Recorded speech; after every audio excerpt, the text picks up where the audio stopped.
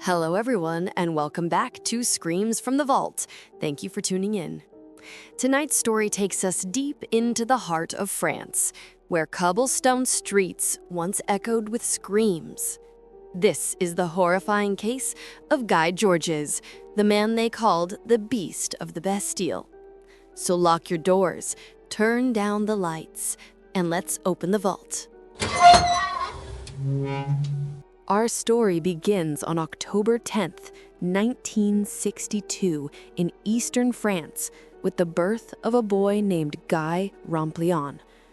His mother, Hélène, was young, troubled, and infatuated with American soldiers stationed nearby.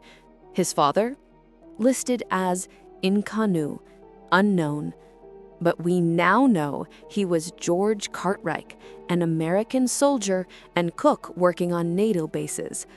Hélène soon abandoned Guy at just 6 years old, leaving him to the custody of the French state. She wanted to start a new life in California and took her older son with her. But not Guy. He would never forget that. Placed in foster care, Guy was given a new name, Guy Georges, in a cruel attempt to erase his past. He was adopted by a large Catholic family, already raising 19 children. Love, affection, and attention were spread too thin, and something inside Guy began to rot.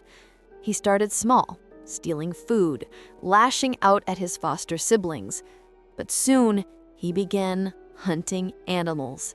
He liked watching them die. At 16, he attacked 2 of his foster sisters. At 17, he was arrested for slashing a woman's face during a robbery. The courts sent him to prison, but what went in as a broken boy came out as something far darker. November 16th, 1981. Guy followed a neighbor, a young woman named Natalie, as she returned home. He attacked, raped, and stabbed her, leaving her for dead. By some miracle, Natalie survived. The next year, he struck again. And again. Each time, the pattern was the same: rape, knife, blood. And each time, the system failed. Despite repeated arrests and convictions, Guy was released again and again for good behavior. January 24th, 1991. Guy was supposed to report back to prison that night. He never did. Instead, he stalked a 19-year-old student, Pascal Escrifal, followed her home, and forced his way into her apartment. He tied her up, raped her, and slit her throat.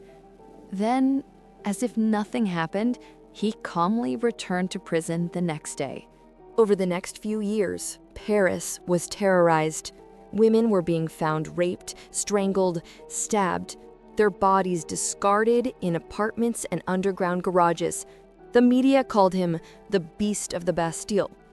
The police, overwhelmed by other crises, terrorist attacks, political scandals, were blind to the monster in their midst.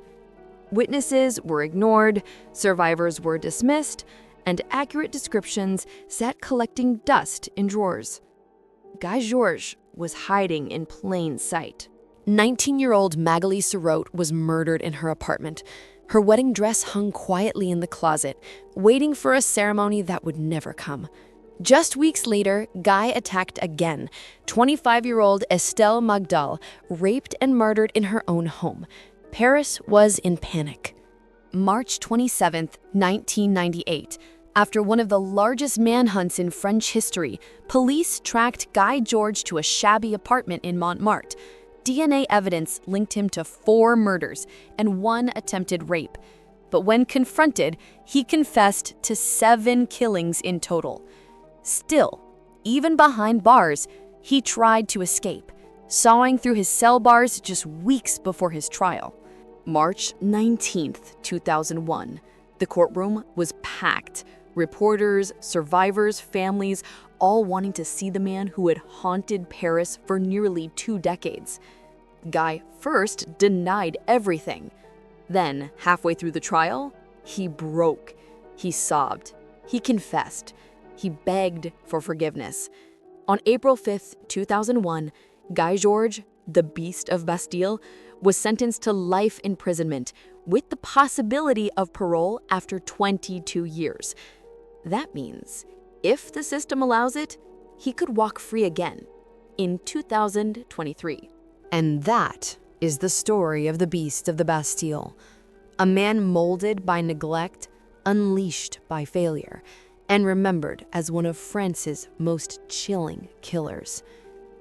Thank you for listening to Screams from the Vault. If this case disturbed you, you're not alone.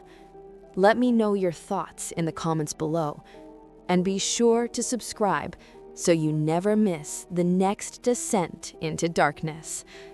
Until next time, keep your doors locked and your lights low, because the vault is never truly closed.